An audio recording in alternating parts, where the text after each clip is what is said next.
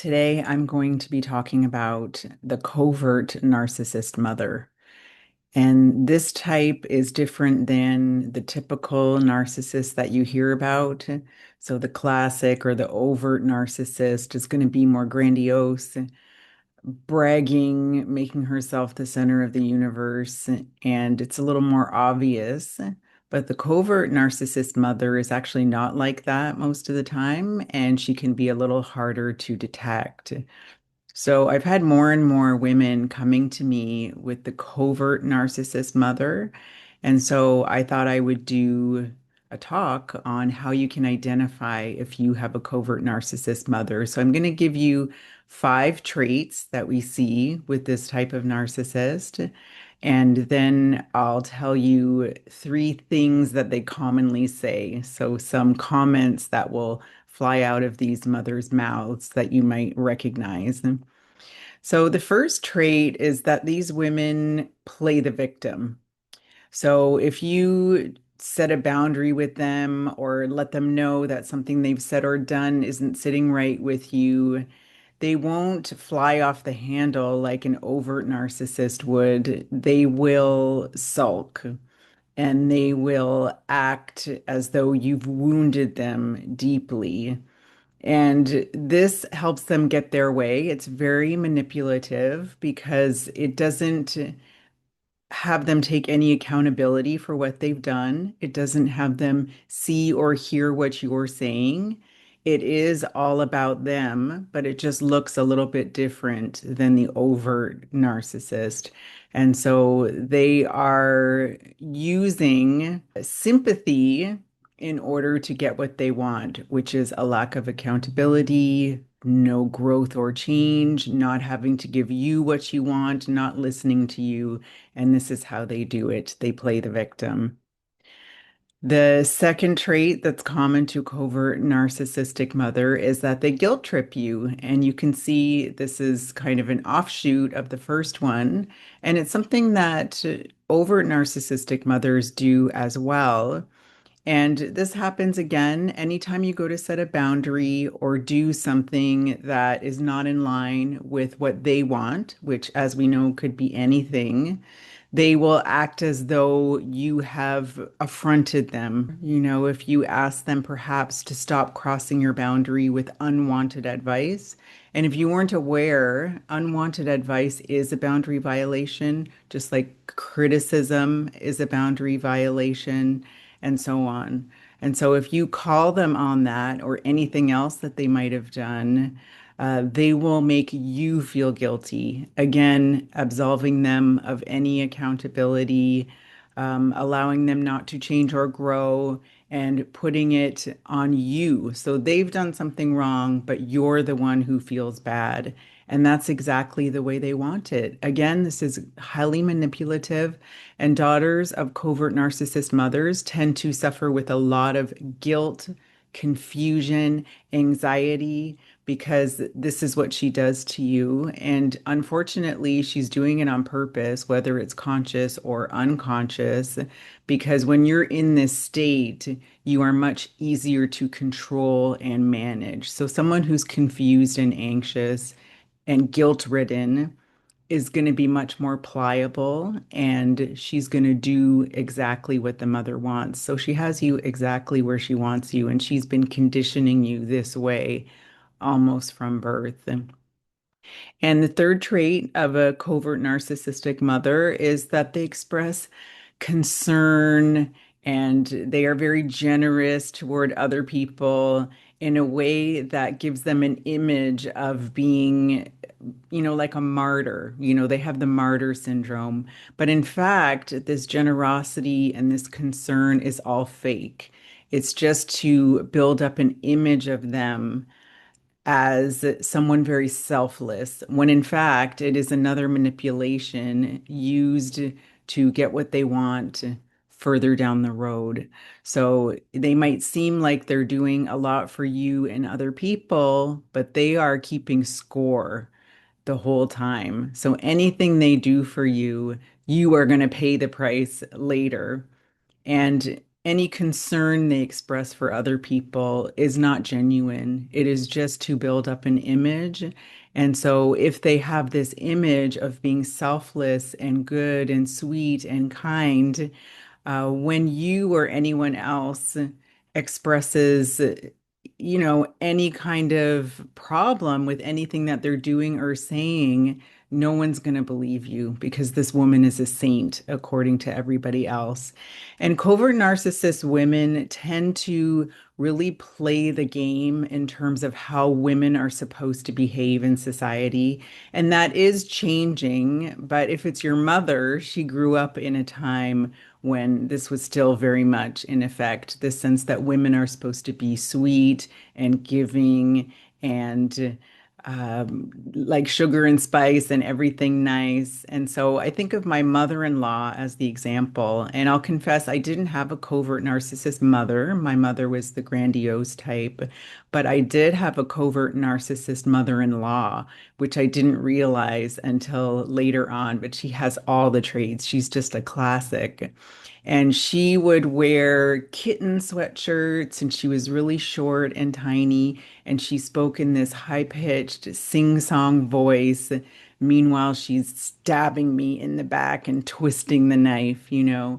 But it was difficult to say anything against her because she presented as this harmless little, like, who me kind of character. And so I was always the bad guy because I was not like that. Obviously, I was genuine. I was sincere. I didn't speak in a little sing-song voice. And so I was always kind of on the wrong side of the argument. And this brings me to my fourth trait of the covert narcissist mother. And this is that they are often surrounded by enabling men. So their spouse, their son, they will be very enabling and they will indeed seem to live in terror of this little woman, regardless of whether they are twice her size as my husband was. They will be fearful of this woman and do anything to appease her. So I remember when I had my first baby and my mother-in-law was crossing boundaries as she always does, and her main one was unwanted advice, unsolicited advice. And so I said to her, please don't tell me how to raise my baby. I did not ask for your advice, as plainly and gently as I could. And she, of course, instead of like my mother, who would have gone ballistic, she retreated and she gave me the full silent treatment. She wouldn't look at me, she wouldn't talk to me. If I entered a room, she would leave the room immediately. And this went on for months. And instead of sticking up for me, my husband was afraid of her. And so he didn't do anything to support me. And instead, I said, I'm not going there anymore. And he went by himself. So instead of standing by me, he would go visit them by himself and just leave me out. And the father, her husband, came to visit me. And he's the flying monkey, of course. And if you don't know what that is, it is a relative or a close friend of the family or anyone really who the narcissist will dispatch to get you back. So if there's a break or if you've set a boundary, instead of taking accountability or approaching you themselves, they will send someone to do their dirty work. And sometimes they don't even send them. It's just that this person knows that they have to make things better with the narcissist, so they will do the dirty work. So that's what he was doing. And he must have known that his wife was wrong, at least subconsciously. But his role was to enable her and to make everybody do what she wanted. And he was afraid of her wrath because the emotional torment she would inflict on these men and anyone else in her path was brutal. And so he wanted to avoid that. And so he tried to get me to drop it, to make things right with her. And it was clear that my needs were not anywhere in the equation. It was all about just make it right with her so we can all stop suffering. She got what she wanted by behaving badly, and everyone put up with it and even encouraged it, especially the men in her life. So that is the fourth trait. And then the final one I'm going to talk about is certainly not the final one in general. If you have a covert narcissist mother, you know there's many more. But another one is favoritism, especially among the siblings. And this can look like a golden child scapegoat scenario where one child is clearly favored and given all the praise and the privileges and so on, whereas the other one is scapegoated and treated like garbage, essentially. So the golden child gets everything, the scapegoat gets nothing. And this is a dynamic where the narcissist is projecting their perceived negative qualities onto the scapegoat and their perceived positive qualities onto the golden child. So, of course, this type of favoritism is going to really disrupt the sibling relationship. It's going to have them in competition with each other. It's going to have them vying for the mother's attention and praise and all of that stuff. And so, again, we see she's making sure that she's the center of attention, but she just does it in a different way. And she will do it in a more covert way. And that's why it's called a covert narcissist, much more under the radar, and she behaves badly, but in a way that where you point it out, there's always what we call plausible deniability. So she can say, "Who, me? I don't know what you're talking about." And you will look silly for accusing this perfect martyr of doing anything wrong. So one small example, and it is a very small example, but it just came to my mind, is that my mother-in-law was playing the martyr and the generous saint, even though it was all a lie. And she would tell me, they had workers in their home, they were doing some remodeling or something, and she would tell me how she went and got the workers donuts and coffee, and that's what she does. And I thought to myself, who says that out of context? Like, who just brings that up? But I didn't say anything because I thought if I did, it would somehow make me look bad. I just knew the dynamic.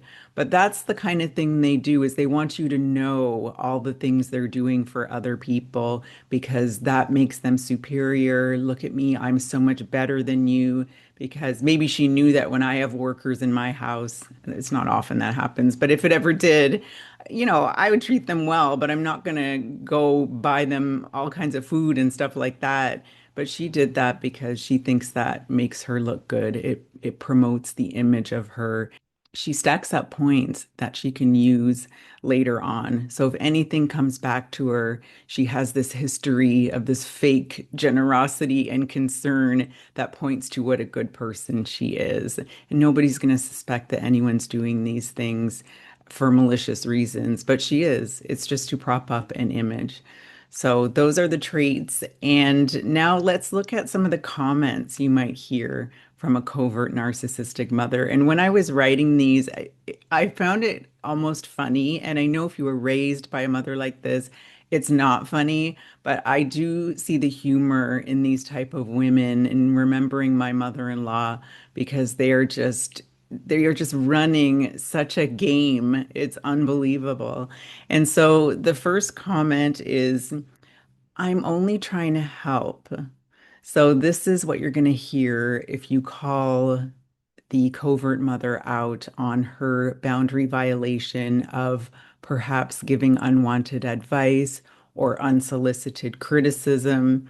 And you might ask, well, what kind of criticism is solicited? But sometimes we might ask for an opinion, and it's not always what we want to hear. But in the case of the covert narcissist mother, the criticism is coming all the time. And sometimes it will be offered in a very fake way. So it's like a backhanded compliment.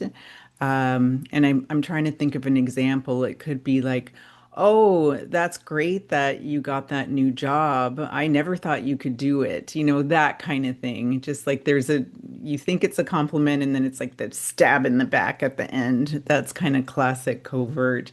And so if you bring up to them, I really don't want the unwanted advice. Please cease and desist. They will say, I'm only trying to help. And then you again look like the bad guy. You feel guilty. You feel confused. You second guess yourself. You wish you never brought it up. And that's exactly what she wants. There's no accident. She knows exactly what she's doing, and she is feeding into that guilt that she wants you to feel so that she can continue being superior, winning at the game that she's playing, and keeping you controllable just the way she wants you. Another thing she'll say is, I guess I'm just a terrible mother.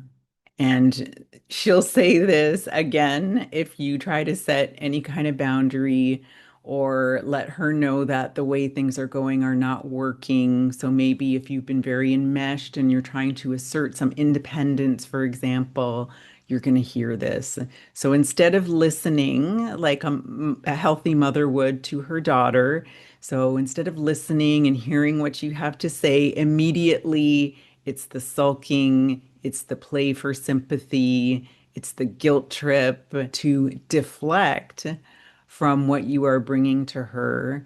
And again, making it you are the bad guy. You are so mean to her. Like, how could you be such an ungrateful daughter to make your mother feel that way?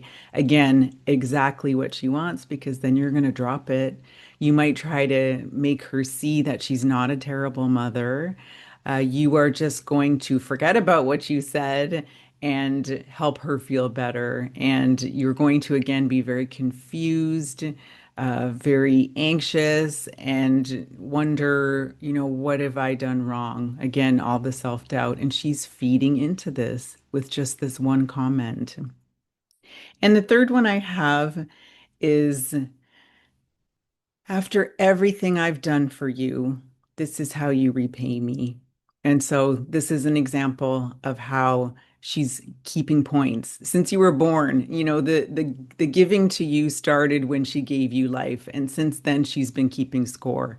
And so anything she does for you, there is going to be a high price to pay later. So if you have any kind of complaint, if you want to change the dynamic at all, if you want to set a boundary, if you want to be more self-sufficient and not so enmeshed, this is what you're going to get. After all I've done for you, this is how you repay me. As if raising you was some big burden that you have to suffer whatever she wants and live in this prison that she's created, that you're not allowed to have a life of your own because she gave you life and she's done some things for you as your mother. So again, this is very crazy making, very confusing, very guilt trippy, and it is going to make you drop whatever you were bringing up to her and again say, oh, yeah, my mother has done so much for me. How could I be such an ungrateful daughter? And that is exactly what she wants.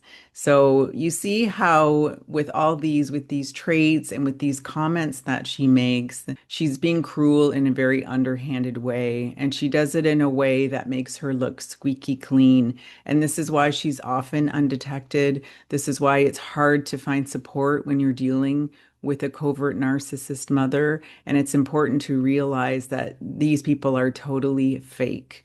They are just completely insincere. Almost everything they do is to promote their image, to make sure they get what they want, to ensure they never have to change or grow, and to keep a scorecard so that if you ever criticize them or hold them to account in the future, they can say, look at all the things I do for everybody else, and these people are all going to be on my side, and they're not going to be on your side, and I win. That's what's going on here. So I hope that this helps. If you're dealing with a covert narcissist mother, you might see yourself here. You're welcome to put more traits that you've seen into the comments. I'd love to see them. Like I said, I did not have a covert narcissist mother, but I did have a covert narcissist mother-in-law, and I understand that that is a different animal. And so I can't really know firsthand what it's like. So I invite you to share with me what that has been like for you. And please, if you have enjoyed this content, subscribe to the channel. This really helps us get the word out to more people. And also, you will receive notifications when the next video goes up. So, thank you so much for listening and see you next time.